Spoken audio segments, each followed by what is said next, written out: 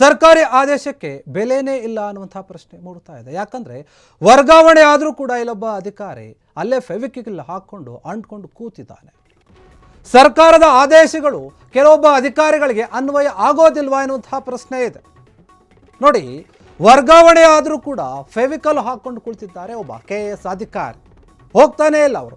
ವರ್ಗಾವಣೆ ಆದೇಶಕ್ಕೆ ಕವಡೆ ಕಾಸಿನ ಕಿಮ್ಮತ್ ಕೂಡ ಇಲ್ಲ. ಇಲ್ಲಿ CM ಕಚೇರಿಯಿಂದ ಆದೇಶ ಬಂದರೂ ಕೂಡ ಕ್ಯಾರೆ ಅಂತ ಇಲ್ಲ ಈ ಅಧಿಕಾರಿ. ನಾನು ಹೋಗೋದಿಲ್ಲ ಅಂತ ಹೇಳಿ ಅಲ್ಲೇ ಕೂತ್ಕೊಂಡಿದ್ದಾರೆ. ವಿಜಯಪುರ ಆಹಾರ ಇಲಾಖೆಯ ನಿರ್ದೇಶಕ ಆಗಿರುವಂತಹ ವಿನಯ್ ಕುಮಾರ್ ಏನಿದ್ದಾರೆ, ವಿನಯ್ ಕುಮಾರ್ ಪಾಟೀಲ್ ಅವರು ಅಲ್ಲೇ ಇದ್ದಾರೆ. ವರ್ಗಾವಣೆಯಾಗಿ 13 ದಿನ ಆದರೂ ಕೂಡ ಗದ್ದುಗೆಯನ್ನು ಬಿಟ್ಟು ಕೊಡ್ತಾ ಇಲ್ಲ ಅಧಿಕಾರಿ ಬೇರೆಯವರಿಗೆ. ಜನವರಿ 21ಕ್ಕೆ ವರ್ಗಾವಣೆ ಆಗಿದ್ದರೂ ಕೂಡ ವಿಜಯಪುರದಲ್ಲೇ ಠಿಕಾಣಿ ಹೂಡಿದ್ದಾರೆ. ವಿಜಯಪುರದ ನಿರ್ದೇಶಕರ ಹುದ್ದೆಯಲ್ಲಿ KS ಠಿಕಾಣಿಯನ್ನು ಹೂಡಿದ್ದಾರೆ, ಹೋಗ್ತಾ ಇಲ್ಲ.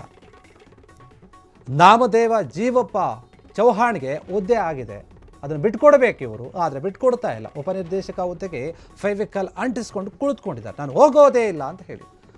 ಮುಖ್ಯಮಂತ್ರಿಗಳೇ, ಆಹಾರ ಮಂತ್ರಿಗಳೇ, ನೀವು ಈ KS ಅಧಿಕಾರಿ ಮೇಲೆ ಕ್ರಮವನ್ನು ತೆಗೆದುಕೊಳ್ಳೋದಿಲ್ವಾ? ಹಾಗಾದರೆ ನಾಮದೇವ ಜೀವಪ್ಪ ಚೌಹಾಣ್ ಅವರಿಗೆ ಹುದ್ದೆ ಬಿಟ್ಕೊಡ್ಬೇಕಾಗಿದೆ. ಆದರೆ ಕಳ್ಳಾಟ ಆಡ್ತಾ ಇದ್ದಾರೆ ಅವರು. ವಿಜಯಪುರವನ್ನು ಬಿಟ್ಟು ಕದಲದಂತಹ ಅಧಿಕಾರಿಯ ಒಂದು ಕೈವಾಡ ಏನಿರ್ಬೋದು? ಯಾಕಾಗಿ ಹೋಗ್ತಾ ಇಲ್ಲ ಅವರು? ಸರ್ಕಾರದ ಆದೇಶವನ್ನು ಉಲ್ಲಂಘಿಸಿರುವಂತಹ ಇಂತಹ ಅಧಿಕಾರಿಗಳ ಮೇಲೆ ಕ್ರಮ ತೆಗೆದುಕೊಳ್ಳೋದು ಯಾವಾಗ ಎನ್ನುವಂತಹ ಪ್ರಶ್ನೆ. ಒಬ್ಬ ಅಧಿಕಾರಿ ಸರ್ಕಾರದ ಆದೇಶವನ್ನು ಚಾಚೂ ತಪ್ಪದೆ ಕೂಡ ಪಾಲಿಸಬೇಕಾಗುತ್ತೆ. ವಿಜಯಪುರದಲ್ಲಿ ಏನಾಗಿದೆ?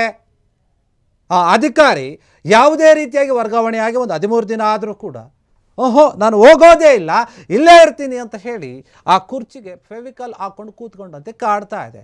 ವಿಜಯಪುರದಲ್ಲಿ ಅಧಿಕಾರಿ ನೋಡಿ, ನಾಮದೇವ ಏನಿದ್ದಾರೆ ಅವರಿಗೆ ಆ ಕೆಲಸ ಬಿಟ್ಕೊಡ್ಬೇಕಾಗಿತ್ತು. ಆದರೆ ಇವರು ಏನು ಕೂಡ ಕೇಳ್ತಾ ಇಲ್ಲ. ಒಬ್ಬ KS ಅಧಿಕಾರಿ ಯಾವ ರೀತಿಯಾಗಿ ನಡೆದುಕೊಳ್ಬೇಕು, ಸರ್ಕಾರದ ಆದೇಶವನ್ನು ಕಾನೂನನ್ನು ಯಾವ ರೀತಿಯಾಗಿ ಪಾಲಿಸಬೇಕು ಅನ್ನೋದಂಥ ಒಂದು ಸ್ವಲ್ಪ ಅರಿವು ಕೂಡ ಇವರಿಗಿಲ್ಲ. ಟ್ರಾನ್ಸ್ಫರ್ ಆಗಿ ಸಾಕಷ್ಟು ದಿನ ಆಗಿದೆ, 10 ದಿನಕ್ಕಿಂತ ಹೆಚ್ಚಿನ ದಿನ ಆದರೂ ಕೂಡ ಬೇರೆಯವರಿಗೆ ತಮ್ಮ ಅಧಿಕಾರವನ್ನು ಬಿಟ್ಟುಕೊಡೋಕೆ ಇವರು ಹೋಗ್ತಾನೆ ಇಲ್ಲ. ಆದೇಶ ಪತ್ರ ಬಂದಿದೆ, ಅದು CM ಕಚೇರಿಯಿಂದ ಬಂದಿದೆ. ಇದ್ರ ಬಗ್ಗೆ ಯಾರು ಗಮನ ಹರಿಸ್ತಾ ಇಲ್ವಾ? CM ಸಿದ್ದರಾಮಯ್ಯ ಅವರಾಗಿರ್ಬೋದು, ಆಹಾರ ಮಂತ್ರಿಗಳಾಗಿರ್ಬೋದು, ಅವ್ರು ಯಾಕೆ ಇದ್ರ ಬಗ್ಗೆ ಗಮನ ಕೊಡ್ತಾ ಇಲ್ಲ? ಇಂತಹ ಅಧಿಕಾರಿಗಳು ಏನೇ ಮಾಡಿದ್ರು ಕೂಡ ಸುಮ್ಮನೆ ಇರ್ತಾರ? ಆದೇಶ ಬಂದಿದೆ, ಆ ಆದೇಶವನ್ನು ಬಂದಿದ್ರು ಕೂಡ ತಲೆನೇ ಕೆಡಿಸ್ಕೊಳ್ತಾ ಇಲ್ಲ, ನಾನು ಇಲ್ಲೇ ಇರ್ತೀನಿ ಅಂತ ಹೇಳ್ತಾ ಇದ್ದಾರೆ. ವಿಜಯಪುರ ಆಹಾರ ಇಲಾಖೆಯ ಉಪನಿರ್ದೇಶಕ ಆಗಿರುವಂತಹ ವಿನಯ್ ಕುಮಾರ್ ಪಾಟೀಲ್ ಏನಿದ್ದಾರೆ, ಅವರು ನಾಮದೇವ ಚೌಹಾಣ್ ಏನಿದ್ರು ಅವ್ರಿಗೆ ಬಿಟ್ಕೊಡ್ಬೇಕು. ಆದರೆ ಅದು ಯಾವ ಕೆಲಸವನ್ನು ಮಾಡ್ತಾ ಇಲ್ಲ. ನಾನು ಇಲ್ಲೇ ಇರ್ತೀನಿ, ನನಗಿಲ್ಲೇ ತುಂಬ ಚೆನ್ನಾಗಿದೆ, ಬೇರೆ ಕಡೆ ಹೋಗೋದಿಲ್ಲ, ಎಲ್ಲ ಅಡ್ಜಸ್ಟ್ಮೆಂಟ್ ಏನು ಅಲ್ಲಿ ನಡೀತಾ ಇದೆಯೋ ಗೊತ್ತಿಲ್ಲ. ಒಬ್ಬ KS ಅಧಿಕಾರಿ ಸರ್ಕಾರದ ಆದೇಶವನ್ನು ಯಾವ ರೀತಿಯಾಗಿ ಪಾಲಿಸಬೇಕು ಅನ್ನೋದು ಇವ್ರಿಗೆ ಗೊತ್ತಿಲ್ಲ. ಇಂಥವ್ರನ್ನ ತಗೊಂಡೋಗಿ ಕೂರಿಸ್ತಾರೆ ಅಂತಹ ಕುರ್ಚಿಗಳ ಮೇಲೆ. ಇದು ಕೆಲ ಅಧಿಕಾರಿಗಳು, ಇವ್ರಿಗಿಂತ ಮೇಲೆ ಇರುವಂಥ ಅಧಿಕಾರಿಗಳ ಗಮನಕ್ಕೆ ಬಂದಿದೆಯೋ ಇಲ್ವೋ? ಆ ಇಲಾಖೆಯ ಮಂತ್ರಿ ಅವ್ರಿಗೆ ಬಂದಿದೆಯೋ ಇಲ್ಲ ಗಮನಕ್ಕೆ ಗೊತ್ತಿಲ್ಲ. ಆದರೆ ಜನವರಿ 21ನೇ ತಾರೀಕೆ ಇವರು ಟ್ರಾನ್ಸ್ಫರ್ ಆಗಿದ್ದಾರೆ ಅಂತ ಹೇಳಿ ಆದೇಶ ಬರುತ್ತೆ, ಆದರೂ ಕೂಡ ಅಲ್ಲೇ ಇದ್ದಾರೆ.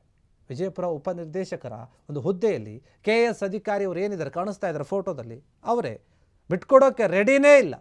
ಮತ್ತೆ ಏನಾದರೂ ಮಾಡಿ ಮಾತುಕತೆಯನ್ನಾಡಿ ಗೋಲ್ಮಾಲನ್ನು ಮಾಡಿ ಹೊಂದಾಣಿಕೆಯನ್ನು ಮಾಡಿಕೊಂಡು ನಾನು ಇದೇ ಜಾಗದಲ್ಲಿ ಇರಬೇಕು ಅಂತ ಏನಾದರೂ ಲೆಕ್ಕಾಚಾರ ಆಗ್ತಾ ಇದ್ದಾರೋ ಏನು ಕಥೆನೋ? ಯಾಕಂದರೆ ಅವರಿಗೆ ಅಲ್ಲಿ ಅಷ್ಟು ಅನುಕೂಲ ಇರಬಹುದು, ಬೇರೆ ಬೇರೆ ವಿಚಾರಗಳು ಇರ್ಬೋದು. ಒಬ್ಬ ಅಧಿಕಾರಿ ಟ್ರಾನ್ಸ್ಫರ್ ಆದರೂ ಕೂಡ ಹೋಗ್ತಾ ಇಲ್ಲ ಅಂತಂದರೆ ಒಂದು, ಅದು ಅವ್ರಿಗೆ ಇಷ್ಟ ಇರೋದಿಲ್ಲ, ಇಲ್ಲ ಅಲ್ಲಿ ಅವರಿಗೆ ಬೇಕಾದಂತಹ ಎಲ್ಲ ವ್ಯವಸ್ಥೆ ಇರುತ್ತೆ, ಅನುಕೂಲ ಇರುತ್ತೆ, ಭ್ರಷ್ಟಾಚಾರ ಕೂಡ ಇರಬಹುದು, ಅದಕ್ಕೆ ಹೋಗದೇ ಇರ್ಬೋದು, ಅಥವಾ ಬೇರೆ ಏನಾದರೂ ಕಾರಣ ಇರಬಹುದು. ಈಗ ನಾಮದೇವ ಜೀವಪ್ಪ ಚೌಹಾಣ್ ಏನಿದ್ದಾರೆ ಅವರಿಗೆ ಅವರು ಸ್ಥಾನವನ್ನು ಬಿಟ್ಕೊಡ್ಬೇಕಾಗುತ್ತೆ ಈ ವಿನಯ್ ಕುಮಾರ್, ಆದರೆ ಇವರು ಬಿಟ್ಕೊಡ್ತಾ ಇಲ್ಲ.